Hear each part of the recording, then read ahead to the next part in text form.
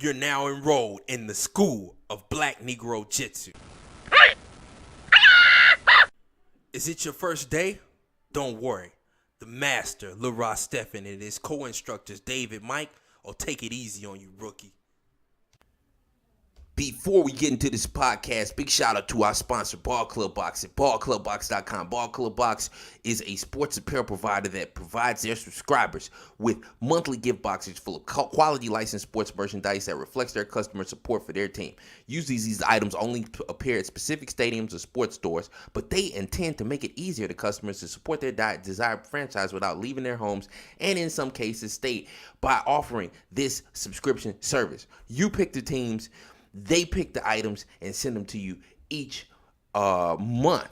There's 3 different boxes. You got the club box, $55 for $75 worth of apparel. The executive club box, $75 for $125 worth of apparel. And the ball club season pass. That's the deal right there. That's $150 for 3 $75 boxes worth $125 each. That's $375 worth of stuff.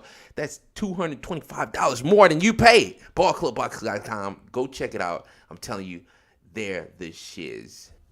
Also, do me a favor. Go check out Kobe's Corner. That's Kobe with a K. Corner with a K. I hope there's not another K. But go check out Kobe's Corner on YouTube. Also, go check out KobesCorner.com. That's 2 Ks. I'm a writer for the site. Kobe did the intro. Good friend of mine.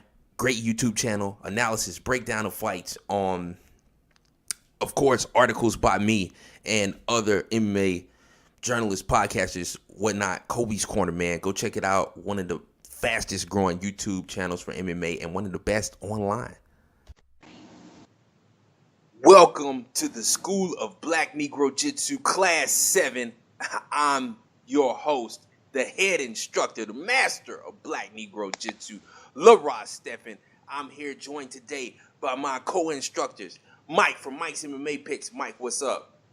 Oh, feeling good. Glad to be back. Awesome. And also Dave Mark. What's good, Dave? What's up, Yared? What's up, Mike? Feeling great. Getting ready for a little vacation.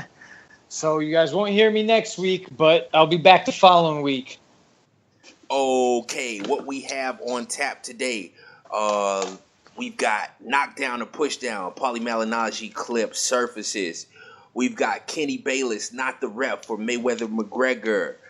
8-ounce gloves officially a part of the fight now. We've got a special interview, I know, with our special medical consultant, Dr. Yared Vasquez. We had a conversation about the fragility of Floyd Mayweather's hands, which is so relevant now that the glove size has been changed from 10 to 8 ounces. It's going to be super informative. We talked about the medication that's put on Floyd Mayweather's hands before fights. This is a great interview. You may have read about the medication put on his hands, but Dr. Vasquez tells us exactly what it probably is. We're going to talk about TJ Dillashaw looking at Mighty Mouse as a consolation prize, and Heather Hardy's triumph over sexual assault. Let's get right into things, guys. Though, first of all, we've got to talk Malignaggi, or we got to talk Mayweather McGregor. Let's just get through all that, then we'll get to the rest of this. Oh, did I leave out Kurt Holobaugh? We're going to have an interview with Kurt Holobaugh as well. So that's Yared Vasquez and Kurt Holobaugh. But let's get into the Mayweather-McGregor hype now. KnockDown or PushDown, Conor McGregor, Malignaggi, the clip surfaced, and it's obvious that Malignaggi was either too concussed to remember what the hell happened, or maybe this is all worked hype. I feel a lot like this is worked hype, setting up another fight for Conor McGregor after Floyd Mayweather, win or lose. It's just too weird that all that controversy was over Malignaggi getting screwed, and now Malignaggi looks legitimately like a liar. Conor looks great, and the odds on the Floyd Mayweather-Conor McGregor fight just dropped about a full point. So he went from being a 5-1 underdog to like, is it 4-1 now? So, guys, what do you think of this whole knockdown and push down controversy? I think it's a work. I think that Paulie got hit with that left hand, man. Yeah, he's getting viciously beaten. His face looked beat up. But I think that Paulie and Dana White and Conor got together and put this thing together. This is keeping the fight out in the news. And that video makes Conor look very, very, very good. And it just really affected the odds. Probably is affecting the pay-per-view and ticket buys. It makes Conor look... This is great fight hype. Mike, what do you think of this whole thing? Is it real? Is it fake? I think Vince McMahon would be proud here. This is a work. But it's a hell of a I think it's a little bit of both. How much would you pay for that footage of all the sparring, all the rounds? You know, shit. Man. I would love to have it. That'd be like millions of YouTube views. I'd pay $100,000 for it. Yeah. What was shocking to me was that they approved the. Back to Paulie. I mean, that was a legitimate punch that he got caught with. It was reminiscent of when Lennox Lewis fought Mike Tyson. There was a punch that landed. I mean, I'm not saying that like they're in the same stratosphere, but it was he ate a shot and then kind of got shoved on the way down. What I would have liked to have seen was after that clip, did Paulie get up and was his bell rung? You know, what happened after that? Was that near the end of a round? But Conor looks pretty good in that clip, and my view on the fight is changing a little bit. There are a few variables that have come into play over the past few days. We'll get into a bunch of them, but that's my take on it. And yes, I could see that as a consolation prize. Paulie and Conor ending up, because Conor does want to dip his hands in both boxing and MMA moving forward, which I would too. Big paydays. And if he wins, this Paulie Malignaggi thing is even bigger. Dave, what's your thoughts? So I'm going to start off by saying I can admit when I'm wrong. Last week, I thought it might be real. I thought Paulie might be in the right after watching that video. I think the video is definitely somewhat edited in the sense that they were only showing highlights, you know, Conor's highlights. He definitely did knock down Paulie. It kind of goes back to what I was saying as well. Paulie's got some of the most brittle hands I think boxing's ever known. So to go back to the fight he had in, I believe, 2008 with Ricky Hatton, when Ricky Hatton, when the fight was stopped by TKO, I could see it being a little reminiscent of that, right? If we saw the 12 rounds where what he was throwing might not have been hurting Conor, and Conor was just walking through him, because that's basically what Ricky did. And Ricky Hatton was a glorified bar fighter. He wasn't a really technical boxer. He was, you know, a guy who would mug you, had some power shots. So I could kind of see that Conor might have just been, during the sparring, might have just been walking Paulie down, might have just been walking through punches. And he definitely knocked him down. Still doesn't change my stance, I think, as well, right? I think it's a bit of a work. I think some real, some fake.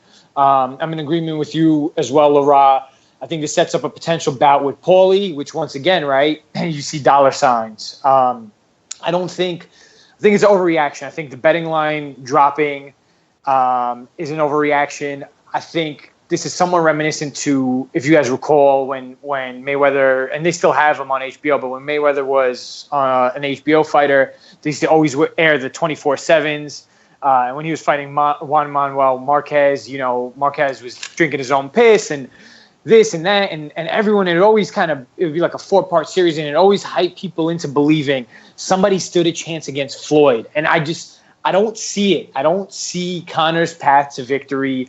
I think it from the money machine perspective, I think he'll definitely put some more asses in seats, because it seemed like they were struggling to sell some tickets.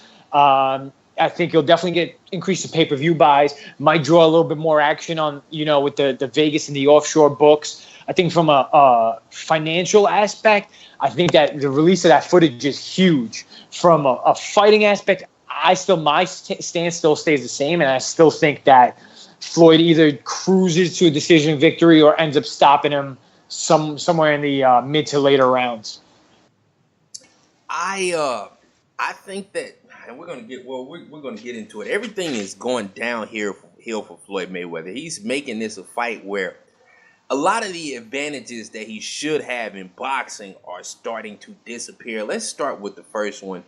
Veteran referee Robert Byrd has been anointed as the ref for this match. It won't be the money team's paid NWO style personal referee Kenny Bayless. Kenny Bayless will not be present for this fight to make sure Floyd is safe and not getting mishandled in this one. So Kenny Bayless won't be there to protect Floyd Mayweather. I've never liked the way Kenny Bayless seems to be present for most of Floyd Mayweather's fights. I mean, this is basically his promotion. It seems like he picks the judges, he picks the ref. You show up and you got to beat all the odds in order to beat him. But we're going to have a referee in Byrd who did Kovalev versus Ward and was criticized for not or for letting the fight become too rough and allowing illegal tactics by Ward. This is not a good look for Floyd Mayweather. I don't know. Oh man, I think this is great move by the NAC. I'm glad Kenny Bayless made the comments that he did. Kenny Bayless is not doing this fight because of the comments he made about it. He said that it was a circus act and it was a freak show, and he didn't want to see it happen. So he disqualified himself from running to ref the fight. Now we have a ref who's going to allow lots of clinching, grabbing. Not a good look for Floyd Mayweather. Mike, what do you think about this? I think this hurts Floyd bad.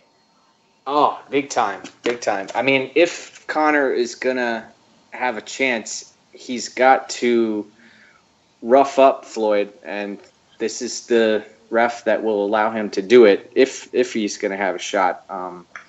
For some reason, this image is coming into my head of Conor just trying to walk through Floyd and manhandling him into a corner, and the ref letting some of it go.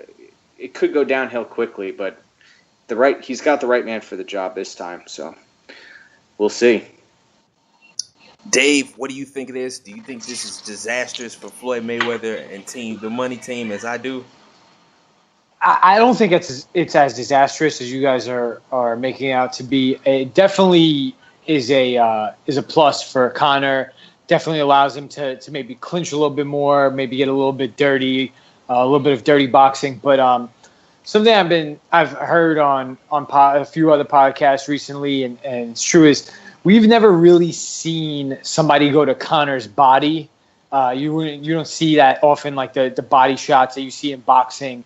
And I think that we discount the fact that if it kind of gets in a clinch and gets a little dirty, Floyd might be able to rip a few shots to the body, even with his it's the right that's the brittle hand. Even with that brittle hand, I still think that I still think that he might be able to rip a few shots to the body that really hurt Conor. Definitely a plus for Conor. Definitely something that swings the fight a little bit more to his side, but I still, like I said, I don't see the path to victory. I'm going to keep saying that. I'm going to keep harping on that, and we're going to find all that out come August 26th. Another thing that stuck out to me today, news broke that Floyd's going to be coming in at around 150 pounds for the fight, and man, Conor's going to be so much bigger than him. I know that doesn't mean anything, and Floyd's going to have the speed advantage big time. But having that ref, having a huge size advantage, and now I'm sure we're going to segue into the 8-ounce gloves. The planets are starting to align here. That's another thing is that Conor is the much bigger man. What weight did you think that he's gonna come in on fight night, Mike? Floyd's people said 150. No, Which, not Floyd. Conor. Conor? Oh, I would think probably between 165 and 170. Yeah, he's gonna That's be. my guess. And one thing I don't like about these boxers is they talk about you gotta have been doing it since you was a little kid. And as we've seen with mixed martial arts, it's not about your skill set, because even somebody that has never done what you did all your life, they can come in, have a very fight specific camp, and catch up to your skill set in a matter of 6 months to a year. So the thing with me is Conor McGregor is probably the best athlete, just pure athlete, that Floyd Mayweather might have ever stepped in the ring with. Boxing does not have the saturation of athletes that it once did, and Conor McGregor being so much bigger and faster than all, and more powerful than the rest, and seemingly more dynamic than the rest of his opponents throughout his career. I think that his size and speed is extraordinarily significant, because all boxers talk about is experience. And that really goes to show that the athletic curve is not that great, because if it was, then the great specimens of old, like Muhammad Ali and George Foreman and those great athletes who were also great boxers, you don't have that in boxing anymore. Floyd Mayweather is a big fish in a small pond. Conor McGregor is going to be the best athlete that Conor stepped in there with, and big, and maybe the biggest as well. So that size is another great factor. But let's get to one factor that I think is extraordinarily significant, and that's the installation of 8-ounce gloves as an official standard for this fight. Oh man! Yeah, nobody said it was possible. When it rains, it pours for the Mayweather camp, and this isn't only good because Conor McGregor's power is going to be more pronounced and significant with with 2 ounces less. Now we're only 4 ounces away from UFC gloves. Okay. Also, Mayweather's ability to defend punches drops, because the smaller glove now is going to protect less of his head. Conor McGregor said his punches break through the guard, and that's an even more significant factor with these smaller gloves. More importantly than all, is the fact that Floyd Mayweather has brutal hands like the rest of his family members. His hands are terrible. He constantly deals with fractures. He's had numerous surgeries. And I believe after all of his sparring matches, he has to have his hands iced down. This is the worst thing, because the reality of a broken hand, which I think is going to be the beginning of the end for Floyd Mayweather, has just raised exponentially. This is not a good thing, even with all the precautions that Floyd Mayweather takes, and we're going to discuss those in a second with Dr. Vasquez. This is a horrible thing. Mike, what do you think about the significance of 8-ounce gloves now? Well, another thing we have to consider is Floyd's side agreed to this too, so they see something advantageous by having the 8-ounce gloves. We had Mr. Reyes on a couple of podcasts ago, and he was adamant that Mayweather would be at a tremendous advantage with these 8-ounce gloves, because his power will translate through the smaller gloves. Me though, I mean, my pick is Mayweather, but I made a play on McGregor by TKO or KO at plus 738 odds, and it looks like he's starting to have a chance. And I think, man, I'm actually shocked that Mayweather agreed to the 8-ounce gloves, to be honest. And one thing that I wanted to touch on also is, when was the last time Mayweather fought someone who has the willpower of Conor McGregor, who believes in themselves so much to the point that, is he going to get rocked by Mayweather, or is Conor going to just try to walk right through him? I don't see him playing this game and sitting back and actually trying to box with Mayweather. But those 8-ounce gloves, man, it's going to make it more exciting. Yes, it's very intriguing now because this is becoming less of a boxing match and more of a fight without kicks and takedowns as the day go by. Dave, what do you think of these 8-ounce gloves? I think once again, it's another kind of plus or a check mark you could put next to Conor and kind of makes it. I still don't see it even keeled, right? But it swings the pendulum towards Conor. Definitely not in his favor, but towards Conor. I think with Mike, his camp is really smart. I think they've Floyd's camp, right? And I think they've handled him amazingly throughout his career. I don't think they would put him in a scenario to lose. I think that they definitely see something. And once again, right, I was listening to the Protect Your Neck podcast earlier this week, and I think they mentioned Berto being on the Mixed Martial Arts Hour. And what they were saying is I guess what Berto was saying, and Berto being the last person who did fight Mayweather, right? He was saying that Mayweather kind of toys with you. He was like he'll give it like 50%, and he'll kind of pull at you and play with you, and you still can't seem to find an answer for that 50%. And you know that if you do find that the answer to that 50%, he could still rev it up. Like he's got another few gears he could kind of go up. So that's a great analysis. I totally agree. And it's I think that's what's going to happen is I think that he's going to play with Conor, and if Conor really gets into this little kind of gets into Floyd's game or tries to figure Floyd out, then Floyd's got those gears he can kind of shift it up to.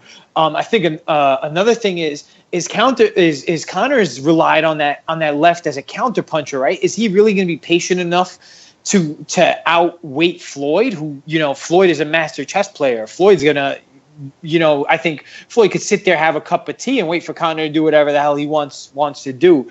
So I think that this is another check mark, for Conor, but I still don't see that path to victory.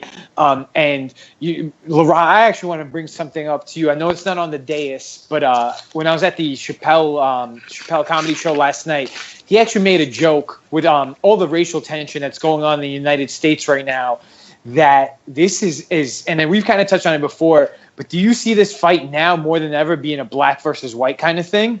Well, before I get to that, and I'm gonna get to that next, I wanted to talk about Andre Berto first before I get to black versus white, which I think is a great thing. Andre Berto and a lot of these other guys that have faced Floyd, they aren't that great athletes. I mean, Zab Judah was, and that's why Zab Judah gave him such a great fight.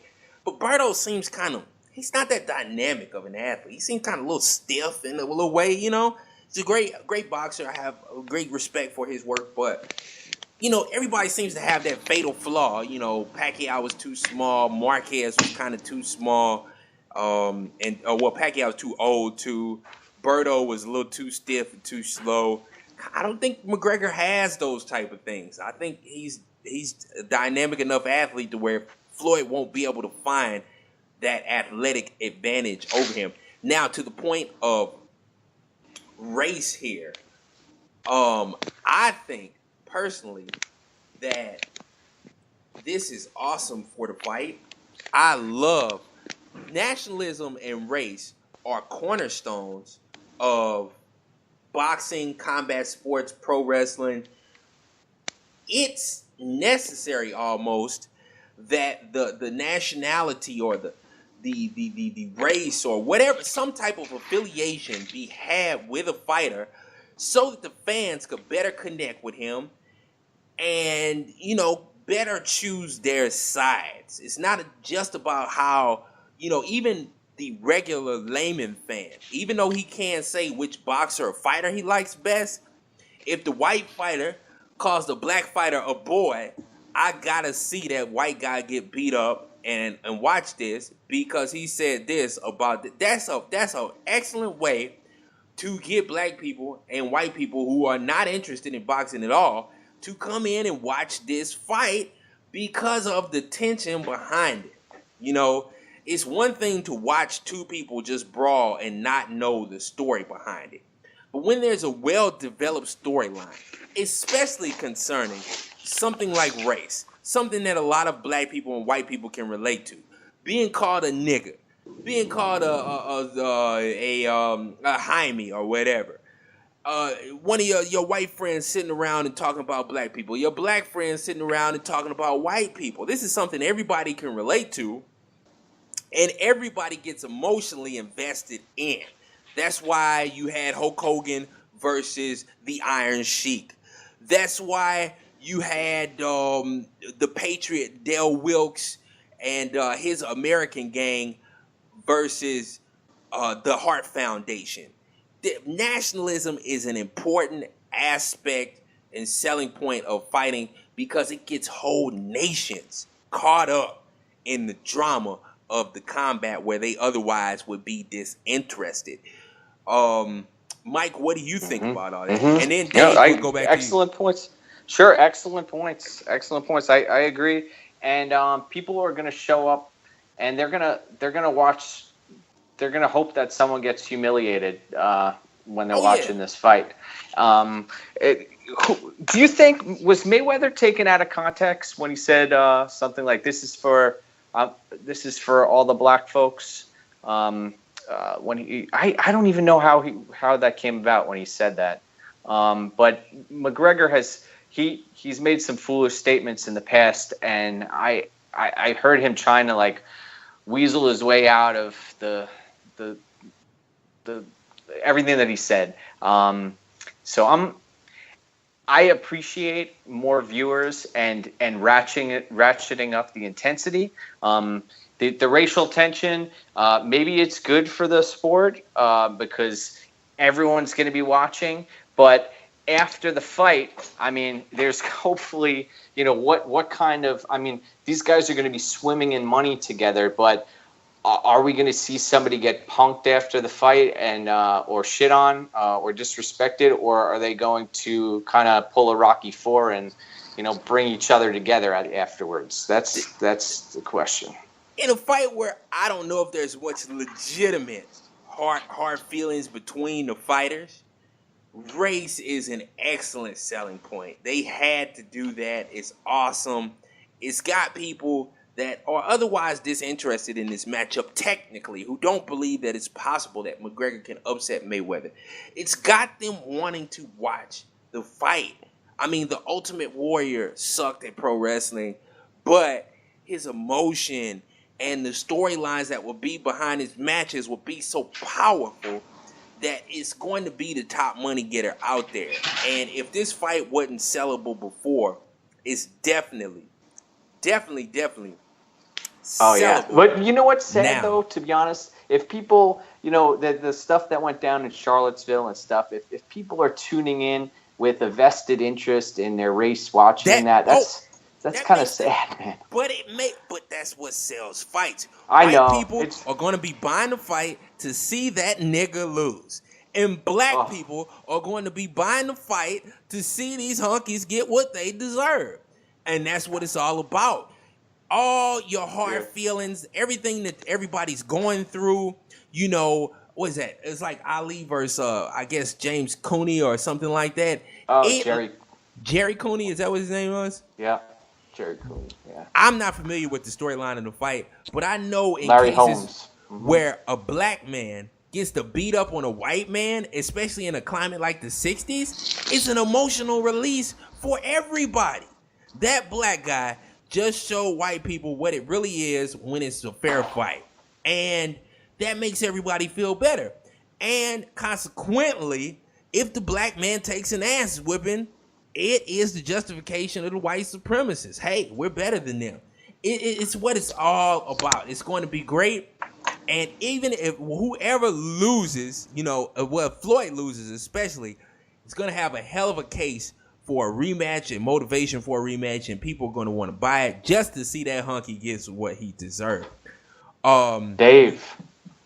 Yeah, so I'm gonna start out with I say this all the time. I'm gonna start out with, but it's first and foremost, what's going on in this country is absolutely despicable and absolutely absurd. That's going to be the precursor and the entryway to what I'm about to say. But I agree with Lara 100%, and I think that for the undecided or the people or the individuals who might have not wanted to buy this fight, or the casual fan, I think there's now a vested with all that's going on in Charlottesville and all that's going on in the United States right now. I think that there's a vested interest from a racial standpoint, and I think everything Lara touched on is 100%. And Chappelle made that the joke that Chappelle made was, he was like, if you're rooting for Conor, you're a white supremacist, and so it's just I agree. I think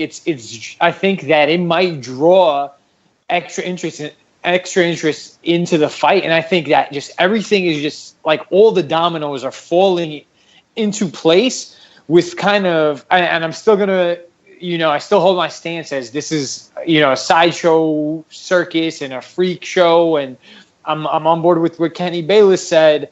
They're disqualified from him from him being a ref. But all the dominoes are falling into place. All the stars are aligning, however you want to say it, and everything just seems to be work, as well as the promotion machine behind it. Everything seems to be just moving that motor along to make this a mega fight, or it's already going to be a mega fight. But the fact that I agree with Lara that there's going to be possible scenarios after this, whether it's Conor fighting Paulie, whether it's some type of rematch, and there's a lot of promotional and marketing aspects that they might be able to draw from after this fight. So, and we'll only know after the fight, with post fight and so on and so forth. But I think there's going to be a lot of things to, no matter how this fight pans out, there's going to be a lot of exit strategies. Here's the iron's hot right now, and if Conor won't do it because he's trying to get away from the racial thing, but if Floyd wants to tap into it and gain more fans and have many more people backing him, he could just tap into the race issue, and that's a tinderbox waiting to happen right now. The best case scenario is if Floyd Mayweather loses. That would be the best case for the money, but now I wanted to go ahead and give you guys something that I think is very interesting. Me and Dr. Vasquez sat down for a special medical breakdown of an analysis of the fragility of Floyd Mayweather's hands, how his camp deals with the fragility of his hands, and this is ever the more relevant due to the fact that the glove size changed from 10 ounce to 8 ounce. So now we're going to get into how Floyd Mayweather medicates his hands, numbing agents, all that kind of stuff that his camp is doing to make sure, even if he does break a hand, that he's going to be all right during the process of the fight. Dr. Yared Vasquez and me sit down and talk about the fragility of Floyd Mayweather's hands right now. Dr. Yared Vasquez, welcome to the School of BlackNegroJitsu. We're here to talk Floyd Mayweather and his brittle peanut brittle hands. For everybody, yes, we are.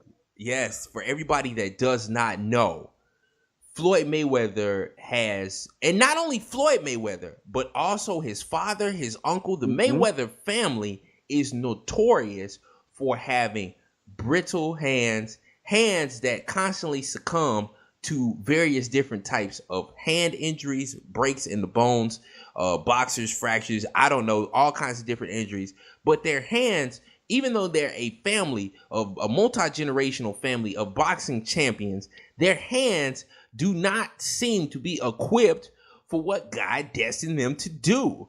They have, as a family, for 30 years, struggled with broken hand injuries during fights.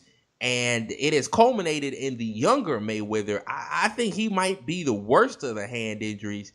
He wraps his hands like mummies. He actually has a professional hand wrapper. somebody who wraps his hands. Like if you've ever seen him post fight with his gloves off, pay close attention to how his hands look, especially like a cast. I mean, I think Freddie Roach said this is something the commission should deal with because the hand wraps on his hands are actually excessive, and it might be cheating. He has his professional hand wrapper put medicine on his hands. He wears a special glove, the Grant Professional Boxing Glove, which is made with extra padding in the area of the knuckles and in the hand. It's all right there. So yeah, Floyd Mayweather does a lot of precautions to deal with the breaks in his hands, and I actually think this is something, especially in a fight where it might turn into a brawl. This is something that could come up during the fight where he injures one or both of his hands, and it leaves him kind of crippled and prone to the onslaught of one Conor McGregor, especially if he's as aggressive as he said he declared before the world he would be. He's going to come out, go after Conor McGregor, and finish him. Dr. Vasquez, let's get into this right now. Why does the Mayweather family struggle with hand injuries in your estimation? And let's get to that first. Why is let's dig into that. Yeah. The first thing is that hands are a complex system of joints, right? And the only thing you need to do is look at your hands and see, man, there's not a lot of muscle in there. It's just almost like a bony end, and there's tons of joints in there. The knuckles, though, that's the joint we're paying attention to, and that joint is called the metacarpophalangeal joint. That is where the fingers articulate or glue to the hand, so to speak, and the hand are the metacarpal bones, 4 metacarpal bones. In boxers, the bones that are troublesome are the last 2, number 4 and number 5. That's the weakest point in the hand. And for the makers and any boxer, the key word that we're looking at here is bone density. You know, you might have 100 boxers, and genetics wise, they're okay. Miguel Cotto, punch hard, hasn't had that much trouble with fractures, has had injuries in his hands, but never like that, right? Never repetitive, never having to have a special person in hand wraps. His genetics have blessed him with a good bone density that he's able to express that power. Now it's the genetics of the family. You know, there's a lot of factors in there. Calcium, vitamin D, nutrition when they were growing up. You know, they're very wealthy right now. A lot of people, there's a couple articles put out there, I think 1 or 2 that have mentioned this, but a nutrition that is suboptimal in the formative years, in the key growth spurts, and you're deficient of vitamin D and calcium, well, your bones are going to mineralize a different way. And this could be playing a role. I think he was born in Grand Rapids, but didn't he live in Flint for a while? Mm-hmm. And yes. Could the water have anything to do with this? Possibly. It could. If we say that that's a factor, we're kind of stretching it a little bit. Uh-huh. But in the grand scheme of things, oh yes, you bet it could have played a role in the development of his bones, and he has molded his bones over the decades of boxing. It's repetitive trauma. You know how they say, water can run through a rock. You just got to let it drip long enough. Right. The same concept applies here.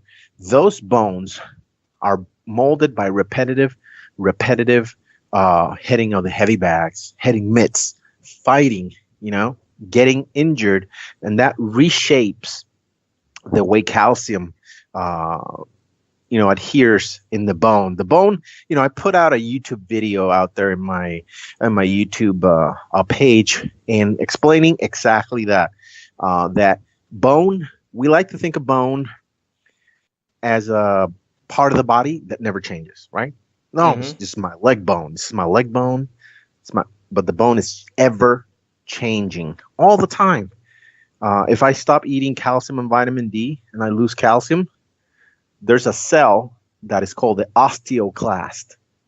And that cell is going to eat at the bone to release calcium. So I'm not left without calcium. So if your nutrition is not on point and you're lacking in calcium, your own body is going to check you and say, hey, you know what, Leroy? I'm going to take a little bit of calcium from your bones so you're alive. So calcium and bone shape and bone integrity changes all the time. And in boxers, constant little trauma changes the topography, the geography of those bones. And in case of Mayweather, it's making them weak. It's making them weak bones, easy to break. And it has put a limit on how much newtons, how much strength units he could place in his punches. So that's a big deal. It's a big deal, and it's going to be a fight changer. Right now, I say it with enough, enough power, and I'm very sure that this is one of the most important points when we analyze this fight. Yes, very much so. Floyd has injured his hands on numerous occasions. We know about the instances in the professional ranks, but like you said, probably in the amateurs too. How did the surgeries he had? Will they improve the condition, or was it just something necessary for repair? What do you think about all that? When you have a surgery it's called a boxer's fracture, a fourth and fifth metacarpal fracture. The bone breaks usually closer to the fingers, not closer to the wrist. Those the wrist bones, not the wrist, sorry, the metacarpal bones, the knuckle joint bones. And when you have surgery, it's usually to align them. You don't have to have surgery every time. Let's say you hit the wall and you them, but they're aligned and they're not out of place, so to speak. The only thing you need to do is to cast them. And you rest, 6 weeks, take the cast off, take an x-ray, evaluate, rest the hand, little therapy, you're good. But there's going to be a weak point in that bone because you're not going to let it rest. You're a boxer. Maybe in a year or maybe 6 months, maybe 2 years, but you're going to start striking again. And you're going to start hammering away at that bone again. And there's going to be pain. There's going to be swelling. And that's going to be in the back of your mind. So it's a psychological factor as much as it is a physical factor. Very interesting. And for what Floyd has done to address this problem is he has this professional rapper named Rafael Garcia, who's apparently been doing this for about 6 decades. Now, do you think that the raps on his hands are excessive? Are they typical? Does he get favoritism before who he is? And is that why they let him use this great amount of padding and gauze in his raps more so than I see other fighters' hands wrapped? And what is this medicine? I heard Rafael Garcia say he puts a medicine on his hands. What is it a numbing agent? What could that possibly be that he's talking about? What kind of medicine could you possibly put on your hands to deal with the pain of a break or to numb them? Or what are they doing over there at the Money Team? Oh, absolutely. And this is going to be a School of BlackNegroJitsu exclusive. We're going to say the name of that cream in this episode. What the rapping man, what's his name? Mikey Garcia is his name? Rafael Garcia. Well, Rafael Garcia. And yes, you're correct. The raps, I would say they're a little bit excessive. You can't have medication in your hand wraps because if you have it, everybody else should have the ability to have it to make it a level playing field. I know they use some more expensive material that may have some shock absorbing qualities. They may have denser gauze in there that's actually acts like a foam. And inside the hand wraps, they place 1 to 2% lidocaine cream, which numbs the pain receptors in the hand. So That's why he's okay. able to punch. He said he uses a medicine from Mexico. Is that lidocaine? Yeah, it's all smoke and mirrors. Okay.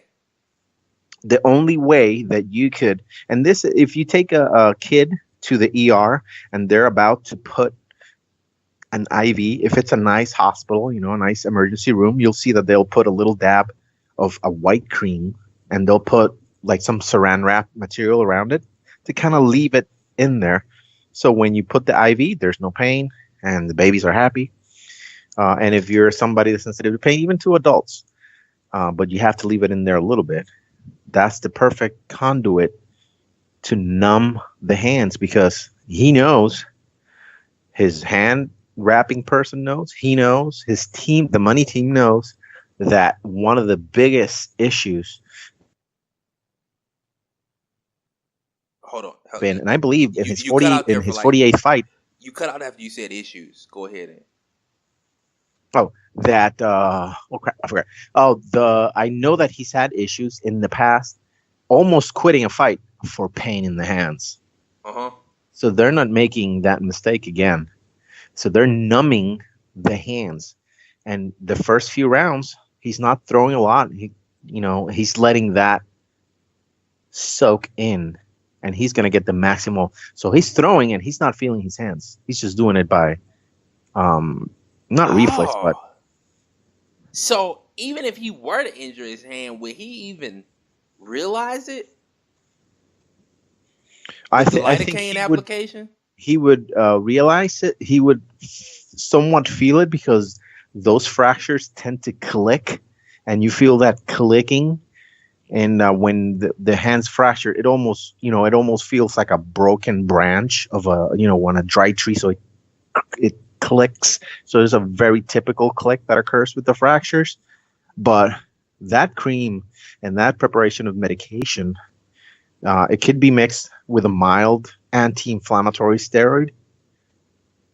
It could be mixed with alcohol, and so it penetrates even more into the deep tissues. So he's getting an anesthetic mix. I would go as far as say that there is way to put baclofen, which is a muscle relaxer, in there, so he could have more relaxed hands. So there's topicals, there's topical medication in. I had the blessing that my first years when I was a medical student, I did them down there in the Autonomous University of Guadalajara. And Leroy, you could walk in any pharmacy in Mexico and get this stuff without prescription. Oh man!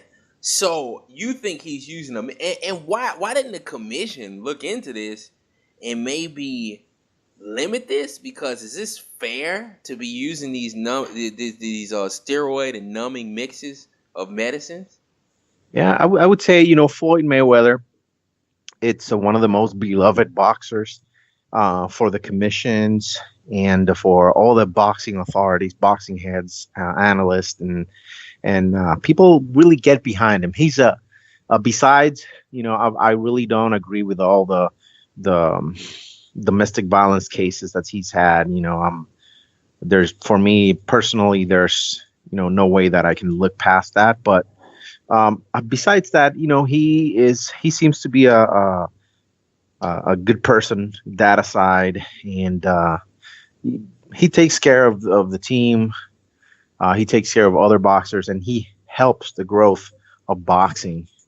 And the commissions look to that with permissive eyes, and maybe give him a little bit more concession when it comes to these raps. But because in my opinion, think you couldn't. How could you even be aware? How could you even how could anybody even give any oversight to that kind of situation? Like, what would be the test to, keep those things out of his wraps or off his hands? I would leave it, but you know what? I would make the same medication if I was part of McGregor team. McGregor team. I would say, hey, let me see what cream you're going to use, and I want half, so I could apply my fighter's wrap. So there's no advantages. And I would leave it. Do you think this provides an advantage for Mayweather? Because how long would these topical creams last? Will they last for all 12 threes, all 36 minutes? Well, not 36, but 48 minutes, I guess, plus the 1 minute rest. Will it last the duration? Or is that why is that why you say his punch count is early low? Is that a reason why to allow the cream to begin to take on the numbing effect? Oh, absolutely. There's different preparations of lidocaine. I have the blessing that I have some training in management, and my teacher, Dr. Cruz Sestero in Puerto Rico. Shout out to Rafael Cruz Sestero, one of my mentors. There's different numbing agents. Bupivacaine and sensorcaine are definitely longer acting agents that could last upwards to 35 minutes to an hour. So they could cover him for the extent of the fight. Absolutely. Huh. Very, very interesting. So I was thinking his brittle hands might be a factor, but even if he does break the hands with the medicine on it, he really won't even feel it, will he? Or will it even then? There'll be some pain. Okay, there'll be some pain still, and absolutely, some because you also there's gonna be discomfort and the structural. And this cream is there just to allow him to strike and to be able to continue to throw his hands, even if at pitter patter, small, kind of Lomachenko entering your guard punches, pop pop pop, and getting those points. That cream allows you to do that because you have less pain. But if you go for power shots and you have a big fracture, your hands could be dipped in a vat of that cream, and that ain't gonna do you good. So I believe that his team does this, and this gives him a psychological, little bit of a psychological edge. But that could be a blow to Floyd if the commission goes hard on this, and if Conor team says nope, our wraps have to be exactly the same, and smaller gloves. That's gonna be on Floyd's brain, and that's going to be a psychological factor. Well, they're not going to go smaller than 10 ounces, but I tell you one thing. When he fought somebody that Mikey Garcia's boxing coaches, was it Maidana? Yeah, Maidana, I think. I believe he paid them a few $1 million to change the gloves at the last second. He said he wanted Maidana to wear such and such glove and not such and such glove, and he paid him to do that. But I mean, thus far, nobody has been able to get on those wraps. I talked about how they were like casts. What's up with that? What is in those wraps? Is it just a lot of padding in there? Is that what it is? Oh, there could be different types of gauze, different gauze material with different density. You could have everything premium. You could have different absorption materials. You could have material in there that expands and creates a cushiony material once your hands are sweaty and it gets moist. Just like Margarito, when he fought Cotto, they have plaster of Paris in there that hardened. So it got hard when they're doing the thing. Mm-hmm. Which I don't think in Floyd's case, I don't think that's what they're aiming for, but I think that they could. You could get some advanced materials with the amount of money that he has. He has access to anything he wants. So there could be foamy. There's different gauze materials in the wound care industry. So he could definitely have some high tech gauze in there that expands, that creates a softer environment for his hands. man, so maybe this isn't as big a deal as I thought it was. I was almost sure that these little girl hands that he has, this is gonna might cost him. But it Oh seems as yeah, though I mean, it's gonna be a big factor. It's gonna be a big factor because he expends a lot of money to make sure that his hands don't break. But that's going to be on his mind. And against a younger fighter, and there's something, I know we're talking about hands, but he is 40. At 40, you have a drop off of about 15 to 18% of testosterone, less bone density. With less testosterone, you have less bone density and you have more fatigue, and your muscle, your response to a stimulus to muscle is less. Yeah, your muscle grows less. So there's another big factor: injured hands, deformed, injured, easily breakable hands. You slap a little bit of numbing cream on top of them, but the hands are 2 years older than the last time you fought. The bone density has changed. How was his diet for these last 2 years? Has he been eating, clean like an athlete, or has he just been all over the place? Has he been drinking more?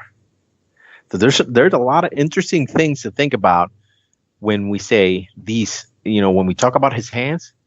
But on top of that, we have to add 2 years. How was his diet? How is that bone density? His testosterone, his hormones. It's crazy. It's going to be a big factor. He's working around it. He's a smart man. He's a very smart man with a very smart team. And he's going to find a way to work around it, but it's still going to play a factor. All right, that's I don't think there's any more bases to cover with that. I think we covered all of my questions. Thank you very much to your this pre-fight. We went deep. Yes, we did. Because I was wondering what that medicine was. I was like, what are they talking about? I've never heard of such things, but I would think that would be illegal. But once again, the school BlackNegroJitsu is up on things, basically due to Dr. Yared Vasquez. Also, sometimes we have personal physical therapist Kevin Nicholson. We got all the specialists on the school BlackNegroJitsu. But once again, thanks to Dr. Yared Vasquez. I'm going to make sure that you guys get a link to the YouTube video about these hands, because it is very interesting. You got to see it. You got to see Vasquez's breakdown on that. I'll link you up when I put this podcast out. And yeah, thanks again, Dr. Vasquez. Awesome, guys. It's a pleasure to be here and to be the official medical correspondent for the School of BlackNegroJitsu. And hey, Dana White, give me a call. Let's set up that Performance Institute here in Florida. We might Holler have at to me. Bellator, man. We're gonna get you at the Bellator Performance Institute. That's the future, man. The UFC is classic. Oh man, we're gonna get you somewhere. Who gets to me first? I'm game. I'm ready to bring all my knowledge to the fighting world, as I've done in Iowa. All right. Thanks a lot again. Hope you guys enjoyed that with Dr. Yared Vasquez. Now, I wanted to go ahead and talk about some relevant topics within the fight world. TJ Dillashaw claims that challenging Demetrius Johnson was like a consolation prize. He said he only had Cody Garbrandt in mind. His challenging Demetrius Johnson was a consolation prize, but instead we know Johnson will face Borg. And I guess Dillashaw is set to face Garbrandt. I'm not sure which event, though. What do you guys think about this? Do you think this is a loss, not being able to fight DJ for TJ Dillashaw, or this is pretty meaningless, as he probably still will get a title fight, and nobody's going to buy it because TJ Dillashaw doesn't have any personality at all? No offense to TJ Dillashaw. I love to watch him fight, but his wrestling style attitude is not good for selling pay-per-views. Yeah, Mike, definitely what do you think? not a good talker. Yeah, No, not at all. Dominic Cruz ran circles around him before that fight, and I thought that Dillashaw won that fight against Dominic Cruz, to be honest. But he's added some muscle. I don't see him even being able to make that cut to 125 safely. That fight with Garbrandt, personally, I think that TJ's going to win that fight. He's not an exciting fighter, but what did you guys think of that fight against Lineker? I mean, he took Lineker's weapons away from him, held him down, pounded him up, and I was pretty impressed by that. Although DJ would have probably schooled TJ. We'll see. What's your take on it? Go ahead, Dave. First, let's get Dave. Yeah. So,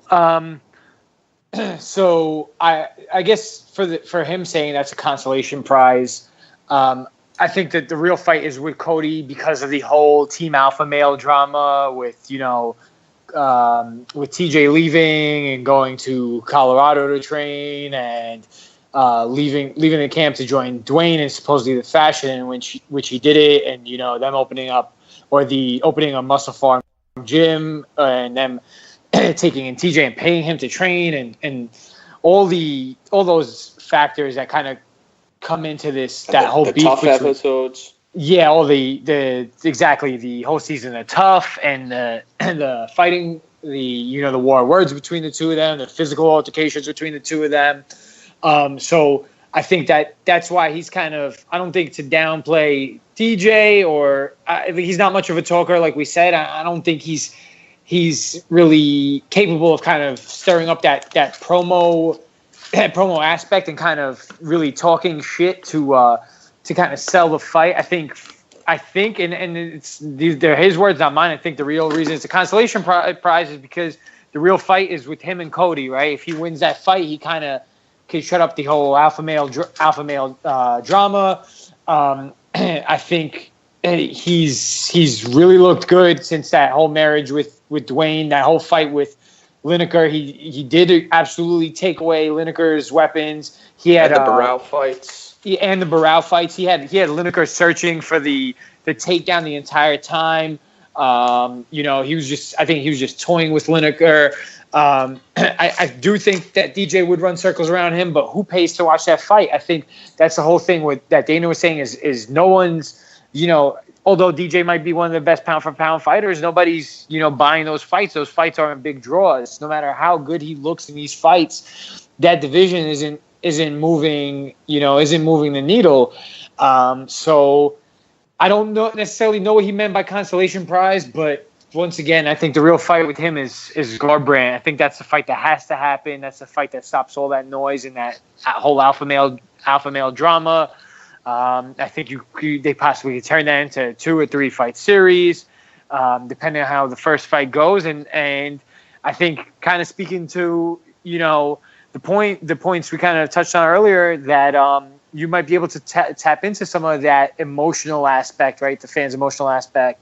And I think the only fight to make is him versus Garbrandt when Garbrandt's healthy, and go from there. I like the emotional aspect of Dillashaw versus Garbrandt as well, but it's only relevant to mixed martial arts fans. It's going to be one hell of a fight, though. I can't wait to see that fight, just to see the fight. Let's go into some other news. Heather Hardy has been very explicit about surviving sexual assault. She is a rape survivor. Heather Hardy is, of course, the former boxing champion, if I'm not mistaken, that has crossed over to MMA recently, won her first Bellator fight, but was raped by an acquaintance. Did not report it because she didn't think she would be believed. But now this was when she was 12. 12, yeah, and now uses this situation, or at least looks at it as a way to help people out with depression and anxiety. She was smoking weed with, of course, the assailant when it happened, who she believed laced the drugs and then raped her. But fighting his way, she has learned to deal with the trauma of everything.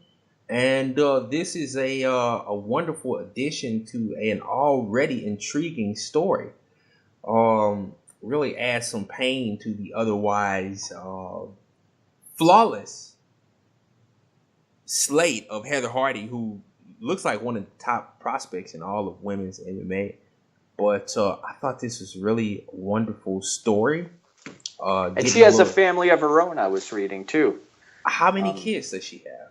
I'm not sure, but I was reading in that article that she has a family of her own, which is impressive. Typically, people wait until after their career ends to have kids. But this is an awesome story of redemption, or not necessarily redemption, but just overcoming strength.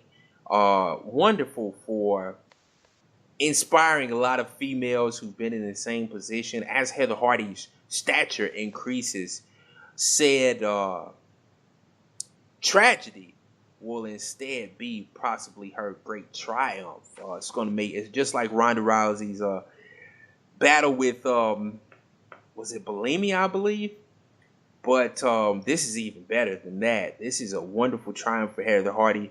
I hope she continues to use her story to inspire other women to come out of depression and other terrible situations. It's, getting deeper into the person and brokenness of the people is a great way to promote fighters. And I know she's not meaning it for promotion, but I think this will be big for her as her career continues. It adds a wonderful human element to her that is going to be able to appeal to even the most ignorant of fighting fans, the most casual, excuse me. Mike, what do you think of this whole situation? How do you feel about Heather Hardy coming out and talking about her rape? Do you think it's a good thing, a bad thing? Some people might think it's disgusting. You should keep that to yourself. You know, what do you think? I think it's probably a liberating experience for her to get that off of her chest. A tidbit of information that I read about her was that she wanted to become a police officer, but that her plans were sidetracked when she found out that she was pregnant. This is according to the Wikipedia page, that she has a daughter, and that she was a stay-at-home mom, but was unsatisfied, and that's why she took up boxing and then eventually mixed martial arts. So it's really, I mean, you talk about letting your dreams sit idle for a long time. I'm happy to see her be successful, and she's got a hell of a nickname too, the Heat. I like that. Heather the Heat Hardy. Yeah, so I wish her success in the future. And it's nice to have a hometown gal out there doing good things. And what did you say about the neighborhood she grew up in? Oh, that was Dave. Yep. So, Dave. Okay, Dave. And this is a subject that I really wanted to touch on. So, I don't know the most about Heather Hardy, right? What happened is I kind of started delving deep into the background of Heather's career when she fought on that Bellator pay-per-view. She was easy on the eyes, so like most males, I Googled her. I Googled her and I saw her background. For some reason, I initially thought she was just Irish from Ireland. I Googled her, and it turns out she's from the Gerritsen Beach area of Brooklyn, not too far from where I grew up. I believe, and don't quote me on this, I believe she actually also took up boxing for self-defense a little bit after that whole rape situation, because she saw her assailant around the neighborhood quite often. And she said that I believe I recall her saying like her heart would drop every time she saw that assailant who forced himself on her.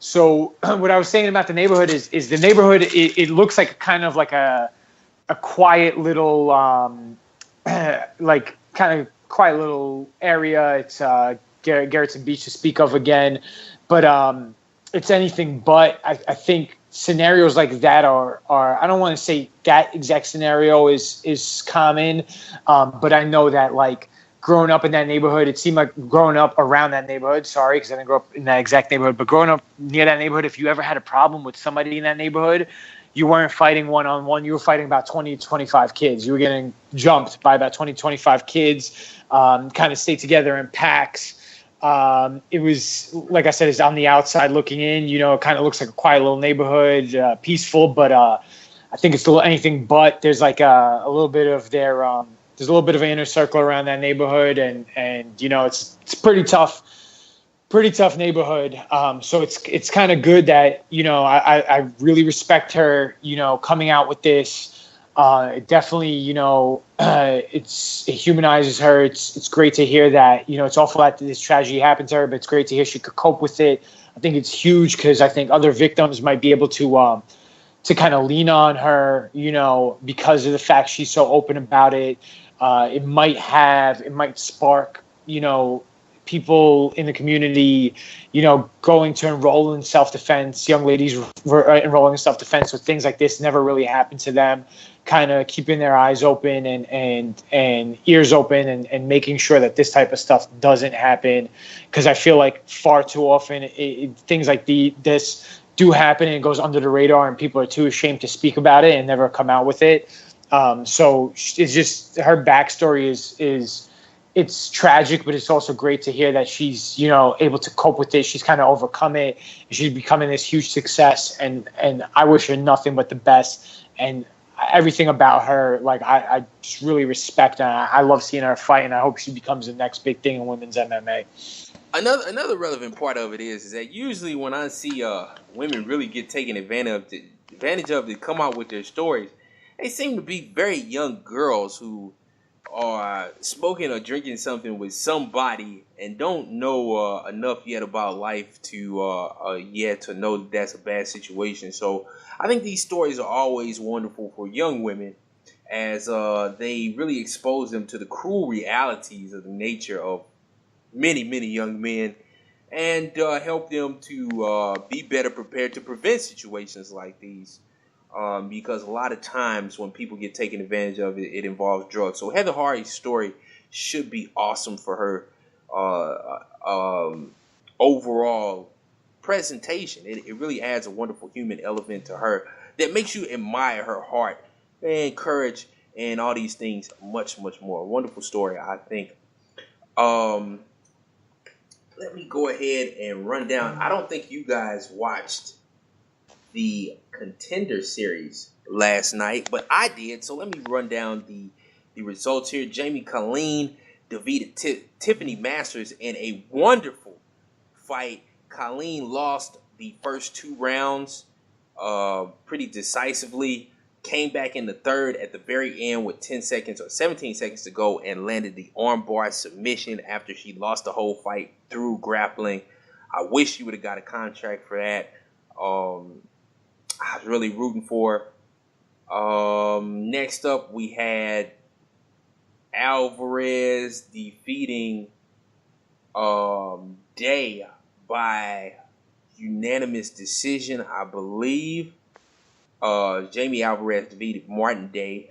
I wish this would have went to a 4th round. I thought it was a very close fight.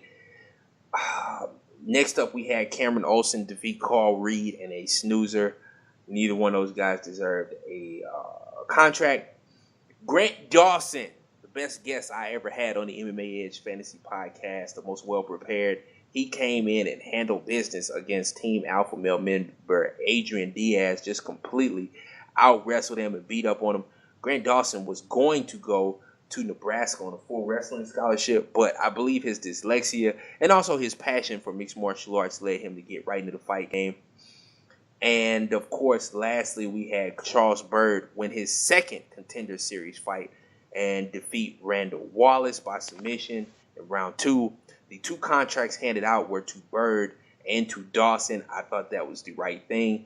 Dawson had the most dominant performance, and Byrd was not close far behind him. We should have Grant Dawson on the School of Black Negro Jitsu soon. But you guys got any other topics for us today? No, the UFC 217 is when the Garbrandt Dillashaw fight will be happening. That was just one tip I wanted to put out there. Okay, all right. Laurent, I got something. What do you up? think about? What do you guys think about Tony Ferguson and Kevin Lee for the interim title. Well, since Conor McGregor claimed Khabib as his next fight after Mayweather, I think that's why you see that being the interim fight and not Khabib versus Tony Ferguson. In Russia. He wants him in Russia. Exactly. That's the fight that the UFC is saving Khabib for. He will fight Conor McGregor in his next fight unless Conor McGregor changes his mind. Okay?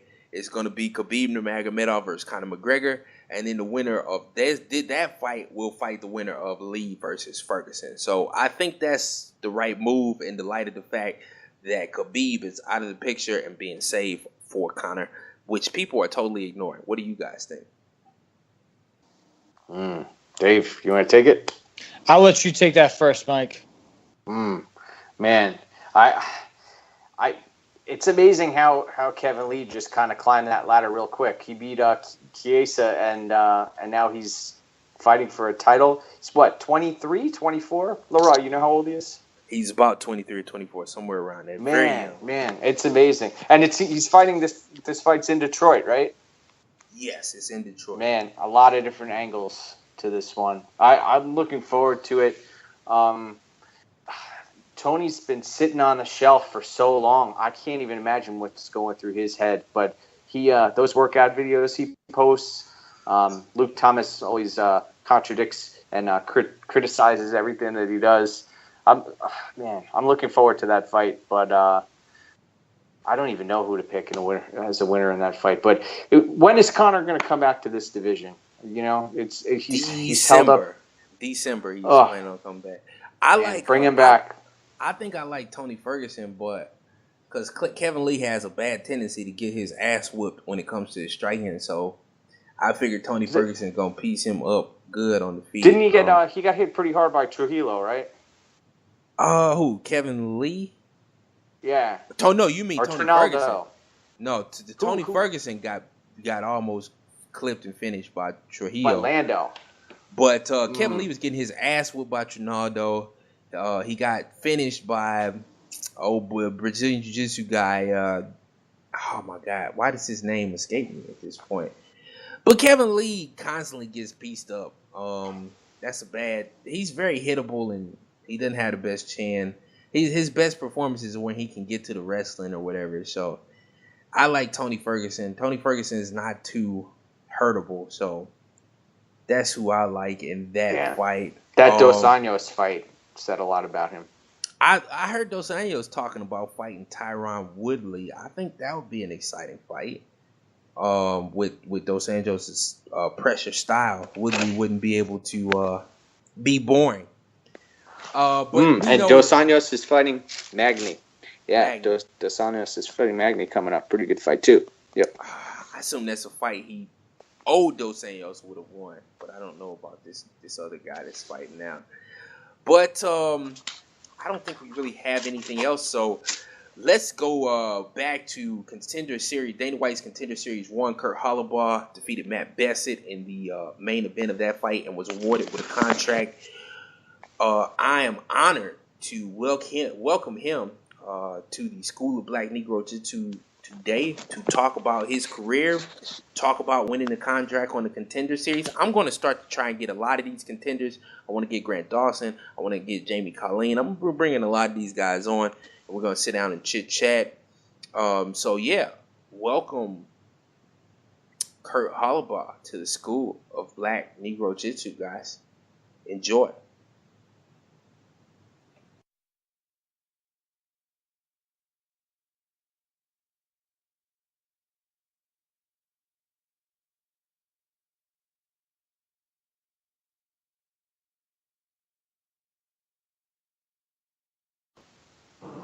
Kurt Holobaugh, welcome to the School of BlackNegroJitsu. Excellent to have you here. I've got the winner of at least the first main event of Dana White's Contender Series here. Kurt Holobaugh won one of the first contracts to the UFC off the Contender Series. Holobaugh, how are you doing today, man? I'm great, man. Thanks for having me on. Awesome. Now, you are not even though you earned your contract through the Contender Series, you are not at all a rookie. You've been fighting pro since 2011, and this is actually your second stint in the UFC. You even did a little stint in Strikeforce. How did you get to the UFC the first time? You lost a decision against Steven Siler. You went 9-2. Now you're back. But how did your career go leading up to the first UFC stint? Well, of course, I started out amateur, and I started fighting some tough guys locally. Ragged my amateur record up to 8-0, so I thought it was time to go pro. Made my pro debut against a jiu-jitsu brown belt, and I finished the fight in 30 seconds by a guillotine choke. So from there, man, I racked up another 8 wins, a lot of finishes in the first round, and I was 9-0, and I signed with a management team, and they made a few connections and got me in that final Strikeforce card in Oklahoma City. And they called me and they said, look, I think we got your way into the UFC. It's on the final Strikeforce card. They said they're going to give you a UFC contract. You need to go out there and you need to have a good show and a good impression. They said, but it's a tough opponent.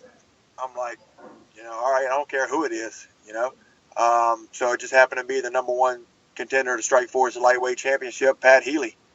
So, Right. I went out, I took Pat to I ain't going to say a close decision. It was easily his fight, but, I made a lot of mistakes in that fight. I didn't get really outworked or get my ass beat, I was in the fight the whole time and just, made small rookie mistakes. Okay, yeah, and I'm looking at that, and then you went to a decision loss against Steven Siler. I did not get to go back and watch that fight, but how did that fight go, and why did they cut you only after only one fight? Well, the reason I think I've got cut was because, they purchased Strikeforce, and I think they brought in a lot of fighters. I think they overpacked the roster, so they was looking to make cuts. Now, the fighting with me and Steven Siler was one hell of a fight, man. We beat the hell out of each other. I thought for sure we was getting that fight of the night bonus. He took the first round. I took the second round. Going into the third round, we was tied up. The same amount of significant strikes, the same takedowns. He was bleeding. I was bleeding. It was an all-out war. And I was winning the third round. And I went for something stupid. I went for a judo throw and try to get that hip toss, and he snaked out and took my back and finished the round, on my back. So once again, I dropped the decision. Okay, now I was talking to you before we got on here, so that's how we got to the first UFC stint. But you are not yet a full-time fighter, and I wanted to talk about the challenges of that. You're 9-2 since your first stint in the UFC, but how do you balance, or how have you balanced working and fighting? Because that first UFC stint was about 4 years ago now.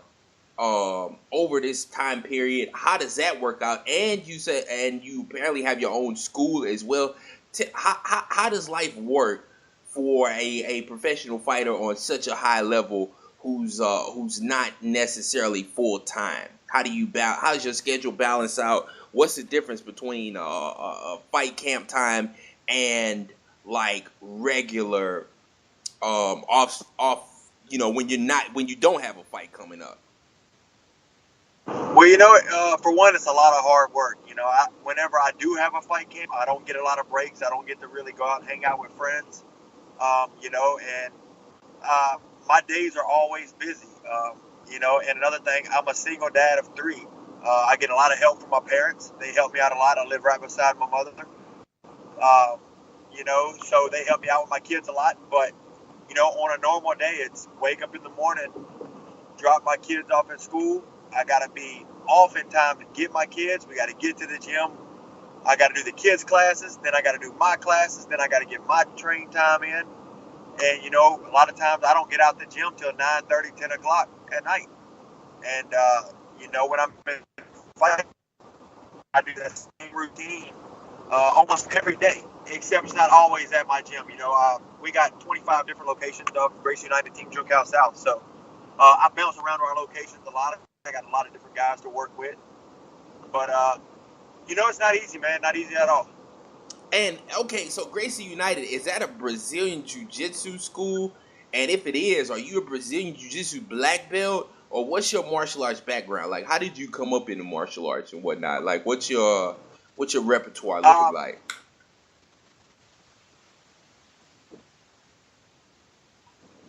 Hello, wait a minute, yeah, you kind of I'm cut. actually Okay, a great. BJJ brown belt under. Can you hear me? Oh yeah, I got you. You good? Yeah, I'm a BJJ brown belt under a Carlos Gracie Jr. black belt, Rafael Ellwanger.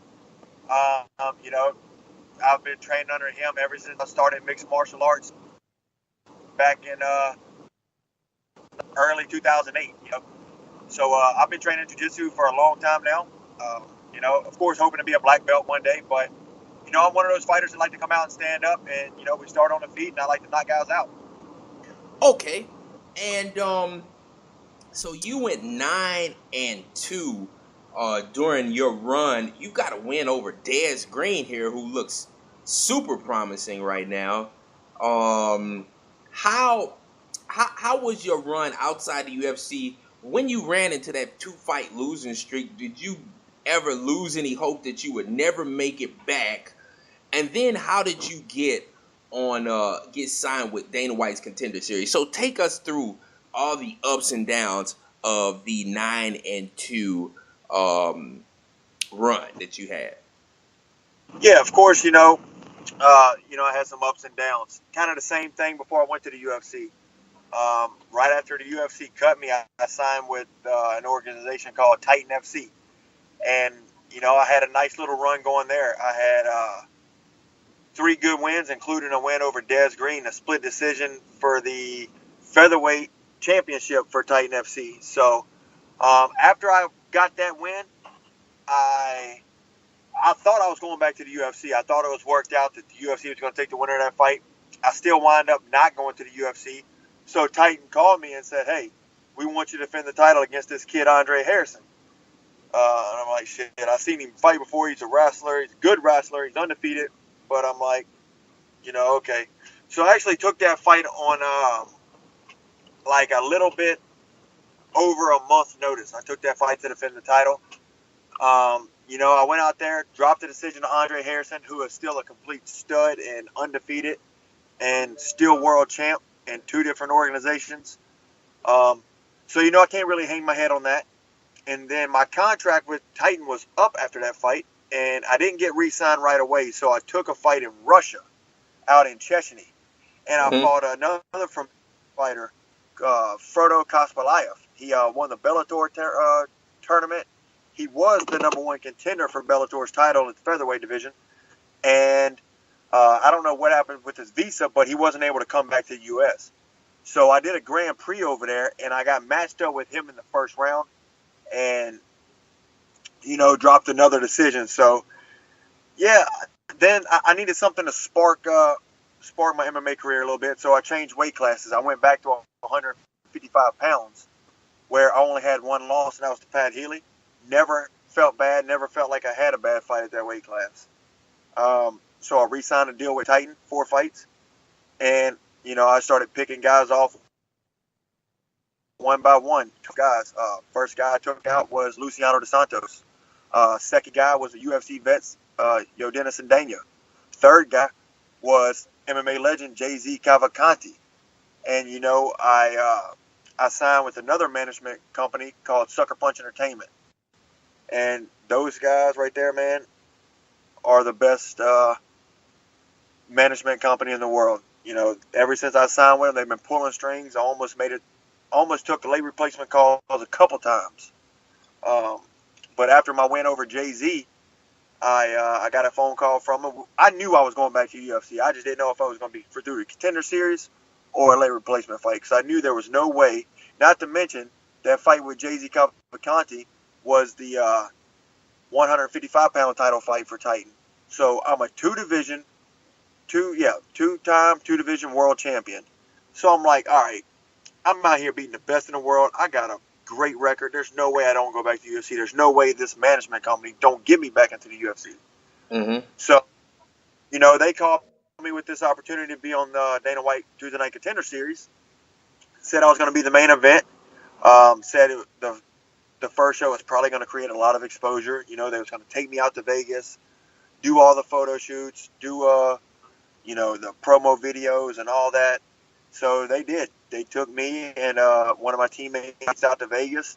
So we got to train in the brand new UFC Performance Institution. You know, we done the videos leading up to the Contender Series, and and I was fighting another tough guy in Matt Bassett, another regional champion. He was the CES featherweight champion. So Now, hold like, on. all right. Let me interrupt you real quick. You said Big John McCarthy gave you a lot of inspiration for your comeback. Tell us about that. Was that on the night of the Bassett fight? Yeah, definitely. It was on the night of the Bassett fight. He was back in the back going over the rules with me and another fighter. And, right when he was done with the rules, he looked at me and he's like, "Welcome back, Kurt." I'm like, shit, if I got Big John McCarthy remembering me out of all the fighters that he deals with, when I only had one fight in the UFC, then, I had to make an impression on someone the first time I was here. So, I was fired up, and there wasn't no doubt in my mind that I was going to lose that fight. Okay. So on that night of the Matt Bassett fight, there were a lot of strong performances. Boston Salmon over Charles Bird, Azuna, KO victory from Azuna and Yan Wu, and an exciting win for Joby Sanchez. You had to make a strong argument being in the main event to go out there and get that contract. What was your mindset for the Bassett fight? I saw you coming forward a lot. You were definitely out there, it looks like, to get that finish, because if you didn't get that finish, you didn't get that contract. Tell us about the Bassett fight and what your thinking and game plan was, and did it go just like you thought it would? Yeah, first off, one of the main reasons that I took that fight. Now, keep in mind, it's been a while since I made featherweight up until this last fight. I fought at lightweight for the past year and a half. So when they called me with the opportunity, I was just come off the win over Jay-Z Cavalcanti. I put such a hard training camp in for it. I felt like I was in the best shape of my life. You watch that fight, that's a 5-round fight. And at the end of every, before we start, I'm up walking, pacing, not even breathing. And I knew I was in the best shape of my life. So when they called me, I was still in shape. So I'm like, why stop here? Why not just keep on training? And, I wasn't injured at all. Go out there and, be in seriously the best shape of my life against Bassett and really show Dana White, what I got. And that's exactly what I did. The weight cut wasn't too bad. My management company, Sucker Punch, got me George Lockhart to help out with my nutrition a little bit. So bringing him on, made things pretty easy for me. I kind of really stuck to his diet, got that weight down in the best shape of my life. And, I just wanted to go out there and put a show. I just wanted to go forward. Anybody that watches my fights, I'm never backing up. I'm going forward and countering everything these guys are throwing. And, okay. All right. and, go ahead. Oh, my fault. No, and, I did everything I wanted to do and needed to do to put him away. Do you feel like how do you feel about the setup of the Contender Series? What exactly, how is that an official sanctioned match? I think it is. And is it just a flat rate of $10,000 for everybody who wins, or is that just for participation? How is this comparable to being on a regular UFC card? Do you get any sponsorship payout from Reebok? What is the Contender Series business side looking like? The setup's pretty cool. Anybody that has watched The Ultimate Fighter over the years and, seeing the tough gym, the setup's nice. I like the setup, and it's almost like an Ultimate Fighter that you get to train at home and just show up and fight. And no, you don't get any sponsors. The only thing you get is you get your Dana White Tuesday Night Contender Series gear. You and your whole team get all geared up with all that stuff. No sponsor money. And if you win, you make 10 grand, but otherwise, if you lose, you only make 5 because they're paying 5 and 5. Okay, all right. So it's 5 and 5, and are all the contracts the same, or are the contracts individually negotiated? What does that work like? How does that work? You know, I'm not really sure on that. I guess it all depends on who you are and, you know, what kind of negotiations you get. Oh, so have you officially like signed yet, or are you still negotiating the terms of the contract with the UFC? Oh no, my signature's on that paper and already sent back. Oh, really? Okay. So, all right. So, okay. So everything is set in stone at this point. You kind of know how much you'll be making per fight. Do you have a fight lined up yet? You know, we hope to have something in the works here soon. You know, like I've been tweeting a lot. I want it October or November. So, I'm Have you hoping tweeted at any potential opponents? You called anybody out? You got anything in mind? No, you know, I got a bunch of guys I want to call out, but you know, I'm just gonna take my time on it and, you know, go one fight at a time. Right now, I'm just kind of just seeing who I get matched up with. You know, I'm not trying to go call anybody out, not having or, you know, beating anybody in the UFC yet. So I'm gonna go out there and get a couple wins racked up, and you know, I'm definitely gonna be calling guys out and going to the top. So if you have a preference, not being a rookie at all and probably not needing too much development and having a pretty good stack of veterans already on your record, like what do you want your first fight to be a top 15 opponent? Do you even care? And where would you like to have your fight at? I know you're from Louisiana, so do you want it down south? Do you want it maybe on some foreign soil? What are you looking at? What are your prospects? Where would you like to fight now, especially your geographical location, your idea for a fight?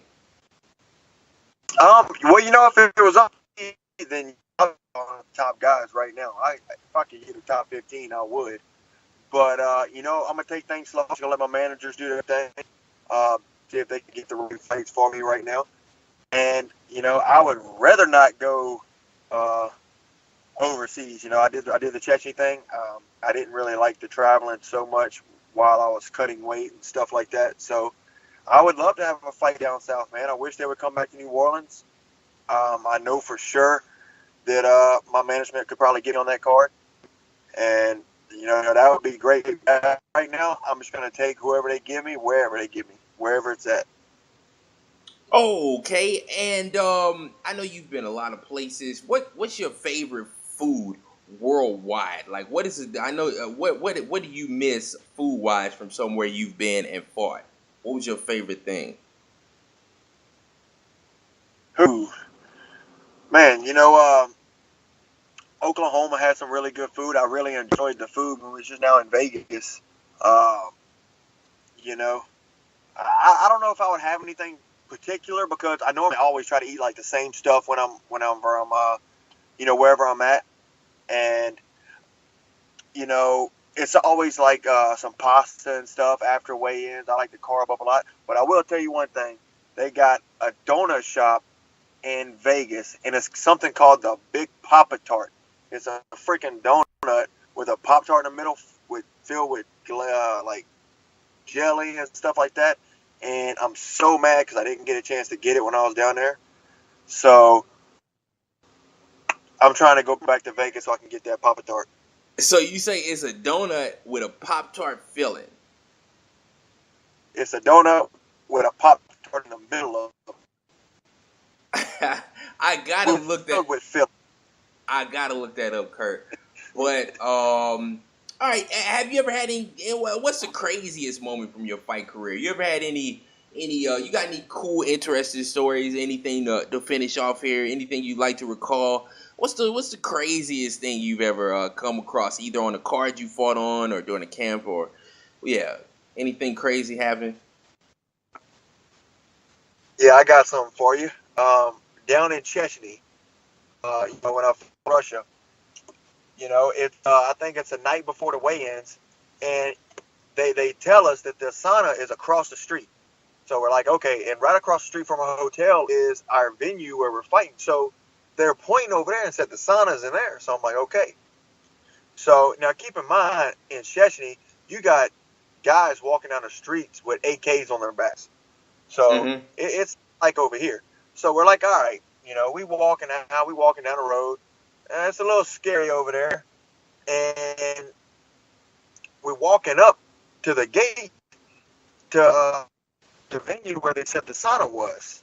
And we tell them, these guys come up and they're like, we don't speak English at all. They speak Chechen or something. It's some kind of language like that. They call it Chechen, I think. And they start telling us something, but they was pointing to leave. So I'm like, my coach Raphael, he said, we got to use the sauna to cut weight. And he put his hands up like a fight gesture, trying to tell him that we was a fighter. When he did, bro, his guns come off the back and cocked. I said, Raphael, you cannot do that. You don't know what you mean. They think you trying to fight them. He said, oh, shit. So we like, all right, we put our hands up like, oh, we're good. We're going to go. So that Chechnya is ruled over by Ramzan Kadyrov. And I've heard a lot of things about Chechnya and the rule of Kadyrov. Is there any precautions that you had to take? Only thing I've heard about Kadyrov is that he had some bunch of gays executed and beaten. Did you hear anything about that? Have you ever met him? I know he's a big mixed martial arts fan. And yeah, what's the atmosphere over there like? What kind of what did they warn you about? Like, I hear a lot of things, but I don't know what to believe, especially with all the tension between the West and Muslim nations, and Chechnya is a Muslim nation, if I'm not mistaken. So yeah, tell us about that. That's very interesting there, because I've been wondering about Chechnya lately. Yeah. So I don't know if you watch any of the Real Sports on HBO, but there's a story out right, and it's on him. And yes, I met the guy for our weigh-ins, because we weighed in the morning, and then we had this big weigh-in party at night. So, and he hosted it because he's like the founder or the owner of the Akamit Fighting Championships. Right. So he runs that organization, and that organization over there is like, it's like the UFC to us. It's huge. Fans go crazy over it. And so they had this huge party the night of weigh-ins. He was there. It's a little out of my league, but there's people dancing the whole time and performing shows. I videoed a lot of it, but yeah, I met him. I think his son actually fought that night, and his son signed with the UFC too. But really? nobody. I didn't realize that. Oh yeah. So I think his son fought how long ago? But is it as bad as Real Sports made it out to be, or is this maybe propaganda because Muslim countries don't support gays? I mean, what do you feel about the overall atmosphere of Chechnya? I mean, we kept it pretty safe. We didn't really wander off too far. We went right to markets right next to our hotel. There wasn't really many people there to warn us about anything. I think we linked up with like one guy that kind of showed us around town, and everywhere we went with him, and he spoke Chechen and stuff like that. So, but it's a completely different atmosphere over there. It's not the same. It's a war-torn nation too, man. They had a lot of problems with imperialism and whatnot. So of course it's a very young nation as well, the way it exists right now. Right. But yeah, it was definitely different over there, man. I was definitely on my toes the whole time, not doing anything dumb. I can tell you that much. Oh man, yeah, I've been wondering about Chechnya. I know the guys at Bloody Elbow wrote an article about it. I was trying to ask them some questions because I don't quite understand. That's the only thing I could find about it was the gays and everything. I couldn't find anything else about the corruption in Chechnya. I think a couple reporters and stuff. But yeah, very interesting, Mr. Holobaugh. Thank you so much for helping me out today. Your contribution to the School of BlackNegroJitsu. It was wonderful to have you on this week. Before your next fight, I'd like to talk to you again, talk to you about how your camp is going and all that kind of stuff. But last but not least, if you got any shout-outs, anything you'd like to say, go ahead and do that now. Yeah, I just thank my team, Grace United Team Junetown South, my management company, Sucker Punch Entertainment, And, I'm ready to get this fight signed and lined up and go out and start working my way to the top.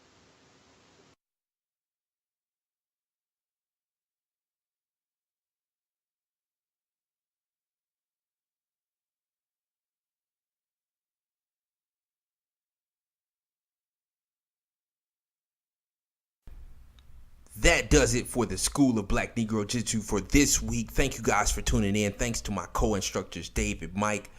Big thank you to Dr. Yared Vasquez and Kurt Holobaugh. Thanks to my special guests. We'll be back next week after the Mayweather-McGregor fight, unless I got a little blurb or something for y'all. I don't know. Maybe something comes up this special, but for the most part, yeah, we done until after Maymac, after McGregor knocks Mayweather out. That's my prediction. So peace out, guys. Stay tuned for the next episode. We'll see you probably next Sunday post Mayweather-McGregor. Peace.